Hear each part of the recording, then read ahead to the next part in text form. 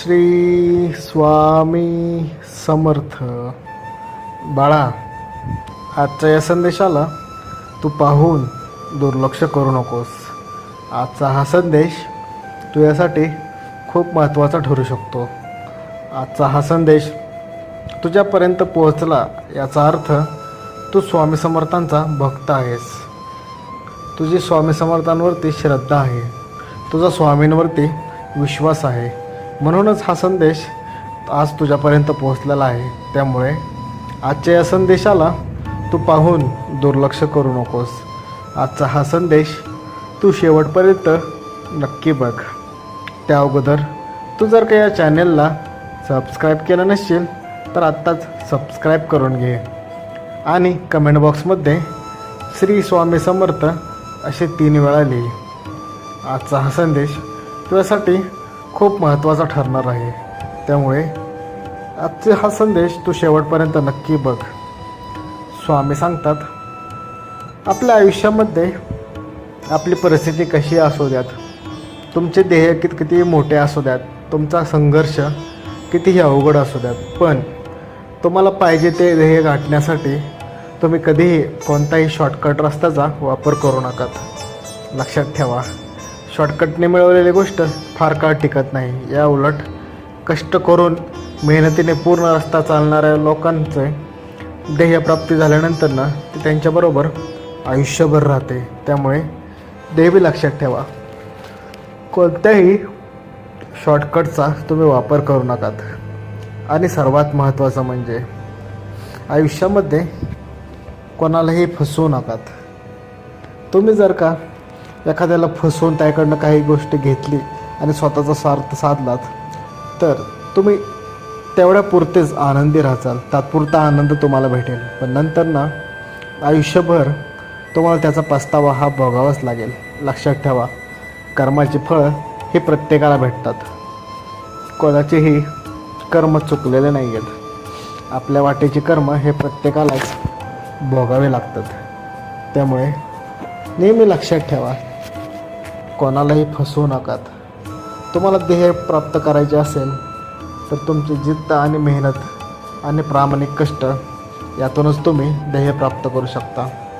लक्षात ठेवा, ध्येयप्राप्ती करण्यासाठी तुम्ही जर का सरळ मार्ग वापरलात तर तुम्हाला ध्येय मिळवण्यासाठी थोडासा वेळ होईल, थोडासा कालावधी जास्त जाईल, तुम्हाला थोडा जास्तचा संघर्ष करावा लागेल. पण लक्षात ठेवा, हे ध्येयप्राप्त हे तुम्ही स्वतःच्या मेहनतीने आणि जिद्दीने करत आहात. या उलट तुम्ही जर का एखाद्याला फसवून ध्येय तुमचे प्राप्त करत असाल तर ते फार काळ टिकणार नाही. लक्षात ठेवा, एखाद्याचे हिसकावून घेऊन आपण फार काळ आनंदी राहू शकत नाही. नेहमी लक्षात ठेवा, दुसऱ्याच्या पोटाचे आणि हातातले ओरबाडून आपण आपले पोट कधीही सुखी आणि भरलेले ठेवू शकत नाही. आपल्याला आपल्याची कर्माची फळे हे इथेच भोगायचे असतात. त्यामुळे नेहमी लक्षात ठेवा, कोणालाही फसवू नका. फसवून किंवा लोबाडून भेटलेले आयुष्यभर कधीही जात नाही, ते कधी ना कधीतरी संपतेच. त्या उलट कष्टाने कमवलेले हे आयुष्यभर आपल्यासोबत राहते. त्यामुळे नेहमी लक्षात ठेवा, तुमच्या कष्टावरती विश्वास ठेवा, तुमच्या मेहनतीवरती विश्वास ठेवा. तुमच्या मेहनतीवरती जोपर्यंत तुमचा विश्वास राहत नाही, तुमच्या कष्टांवरती जोपर्यंत तुमचा विश्वास राहणार नाही, तोपर्यंत तुम्ही काहीही मिळवू शकणार नाही. त्यामुळे नेहमी लक्षात ठेवा, कष्टाने मिळवलेले हे आयुष्यभर जाते. या उलट कोणालाही फसवून लोबाडून मिळवलेले फार काळ टिकत नाही. प्रत्येकाचा हिशोब हा येथेच होत असतो. आपण केलेले पाप आणि पुण्य आपल्याला इथेच फेडायचे असतात. त्यामुळे कोणालाही फसवू नका, कोणालाही दुखवू नका, कोणालाही त्रास देऊ नका. आपले कामं हे सरळ मार्गे आणि शांततेत करत चला. लक्षात ठेवा, आपल्या निर्णयाने कोणालाही दुसऱ्याला त्रास होता कामा नये. आपले निर्णय हे आपण स्वतः घ्या आणि आपला निर्णय घेताना आपल्या निर्णयामुळे इतर कोणालाही त्याचा त्रास तर होणार नाही ना, याचा पूर्णपणे तुम्ही विचार करा. त्याशिवाय तुम्ही एखादा निर्णय घेऊ नका.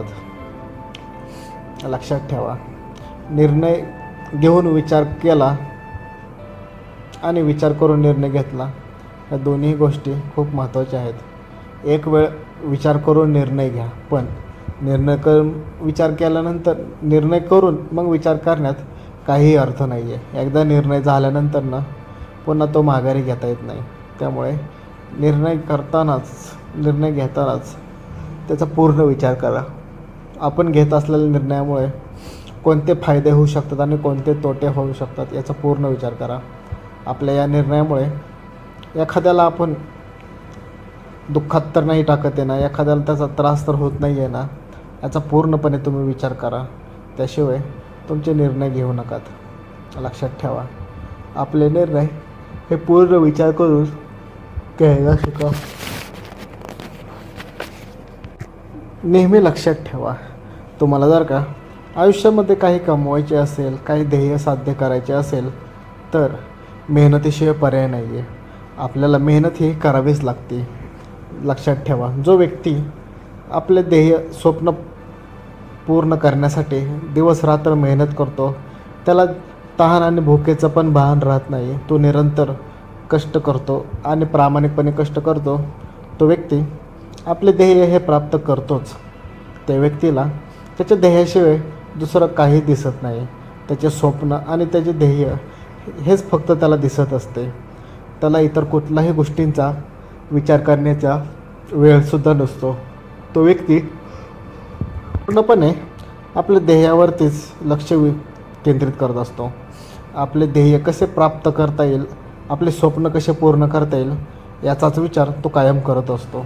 त्यामुळे नेहमी लक्षात ठेवा, तुम्हाला जर का तुमचे ध्येय प्राप्त करायचे असेल आणि तुमचे स्वप्न पूर्ण करायचे असतील तर कष्टाला पर्याय नाही. आपले कष्ट प्रामाणिकपणे करा. आपल्या कष्टांना दुसरा कोणताही पर्याय नाही आहे. कष्टाला दुसरा कोणताहीच पर्याय नसतो. त्यामुळे आपल्या वाटेचे कष्ट आपल्याला पूर्ण करावेच लागतात. नेहमी लक्षात ठेवा, तुमचे जेवढे मोठे ध्येय, जेवढे मोठे स्वप्न, कष्ट तेवढेच मोठे, रस्ता तेवढाच मोठा लांब फार. त्यामुळे कष्टाला कधीही घाबरू नका. आपले कष्ट हे आणि ध्येय पूर्ण करण्यासाठी जेवढे लागतील तेवढे तुम्हाला करावेच लागतील. आपले जेवढे ध्येय मोठे तेवढेच कष्ट आपल्याला करावे लागतात. त्यामुळे कष्टाला कधीही घाबरू नका. आपले कष्ट हे प्रामाणिकपणे करा. आपल्या कष्टामुळेच आपले भविष्य हे चांगले होणार आहे. कदाचित आत्ता तुम्हाला त्या कष्टांचा त्रास होत असेल, दुःख वाटत असेल, पण लक्षात ठेवा, येणाऱ्या भविष्यात तुम्हाला तेच कष्ट सुखाचे आणि आनंदी क्षण देणार आहेत. त्यामुळे कष्टाला घाबरू नका. जेवढे मोठे तुमचे ध्येय तेवढे जास्त कष्ट आणि रस्ता तेवढाच जास्त खडतर असणार आहे. त्यामुळे नेहमी लक्षात ठेवा, कष्टाला घाबरू नका. कष्टाला दुसरा पर्याय नाही आहे. आयुष्यात जर का तुम्हाला तुमचे ध्येय प्राप्त करायचे असेल, तुमचे स्वप्न पूर्ण करायचे असेल तर तुम्हाला दिवस रात्र कष्ट हे घ्यावेच लागतील. कष्टाला दुसरा पर्याय नाही आहे. आणि जो व्यक्ती आपले ध्येय प्राप्ती करण्यासाठी कशाचीही पर्वा न करता पूर्णपणे प्रामाणिकपणे कष्ट करतो, तो व्यक्ती एक ना एक दिवस आपले ध्येय नक्कीच प्राप्त करतो. श्री स्वामी समर्थ.